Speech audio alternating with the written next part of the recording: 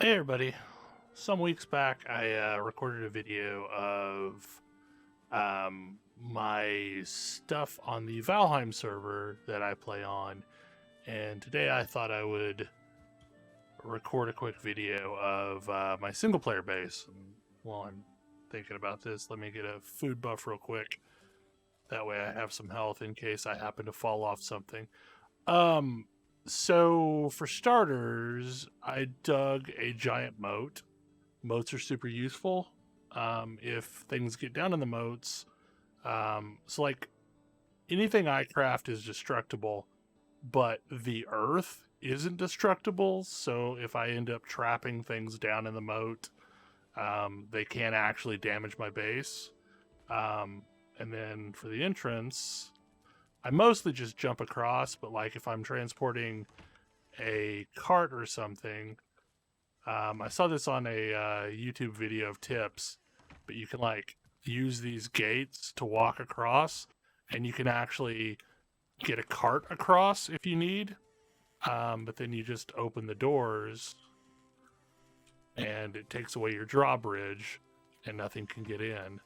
Um, so it's similar base to what I've built before, to where there's basically a stone wall around the outside, and then I've built inside of the inner courtyard. So we'll start up here.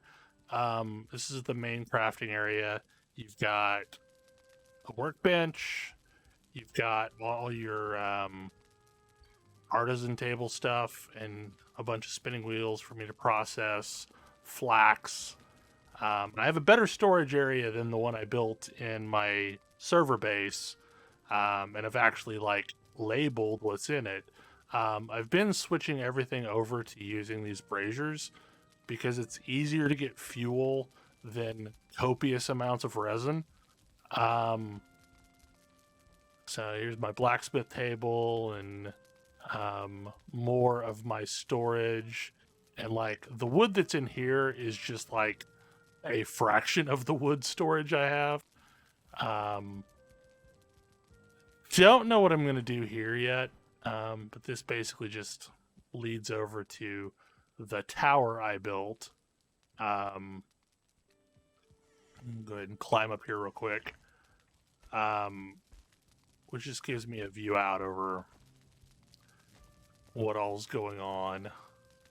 And I ended up putting multiple braziers up here in hopes that it would like give me a target that I could see in the distance. Up here on my roof line, I'm storing the bees because I always have trouble spacing bees out, and my theory is up here, there's nothing to keep them from being happy, and they'll produce the maximum amount of honey up here. Um, so let me hop back up in here. And right now I've only got 6 hives. I've got a few more bees, but I may extend out along the rest of the roof line. And there's my door. Okay, so that's the main crafting area. There's some more crafting over here. These windmills were a pain because like I had to basically like put them down on the ground and then put the stone tiles around them, but they're still usable, even though they're a little lower to the ground. Since I'm using so many braziers and I want the ability to rapidly create coal, I have built 6 kilns so that I can run 3 stacks of wood at the same time. And then this similar setup to what I have elsewhere. I've got 2 normal furnaces, 2 blast furnaces. There's a couple of carts that I've used before. I don't know what that stone came from. Hopefully nothing broke. But then, so this was originally built as sheltered storage for piles of wood. Since wood eventually rots if it's left out. But instead, I just decided to start storing wood in here. So you've got like lots of wood here.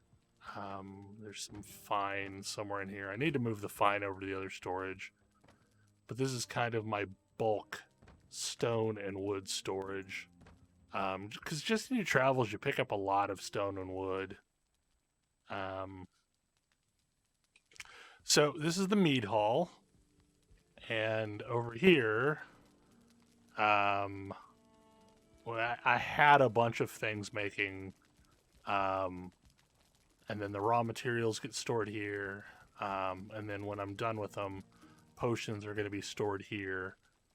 Um, Same is true with food.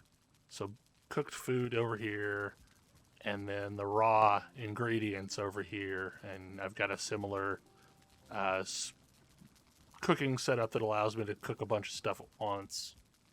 Um, and then, not that this is a multiplayer map, but like I always feel like there needs to be some kind of bulk player spawn points. So if you go up above the meat hall, up here in this attic, there's just a bunch of extra beds.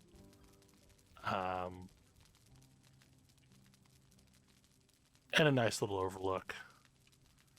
This used to be like I've modified this area a lot. This building started its life as kind of the first area that I was um, camped out in this region, and then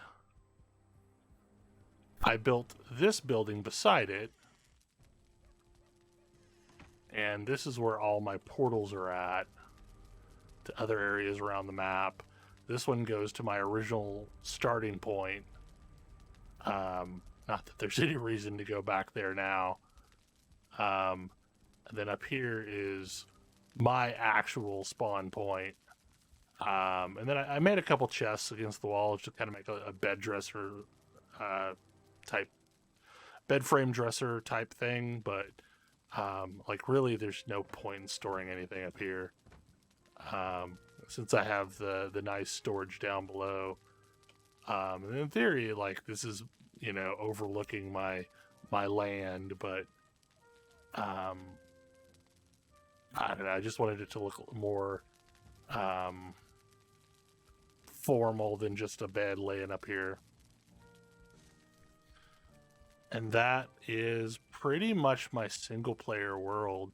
The only thing that's really missing at this base is because I built it so far off the beaten path. Well, like, 'cause a lot of my things I normally build near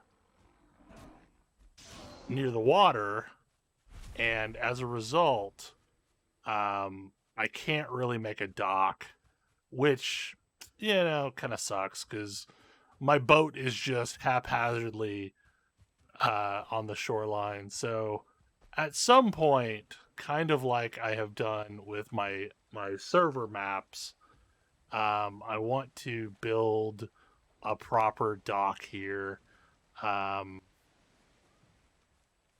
and then that's an area that things can damage, but um, most of the base they can't get in. I did have a troll attack completely decimate this little portico. Stop it, stupid gray dwarves.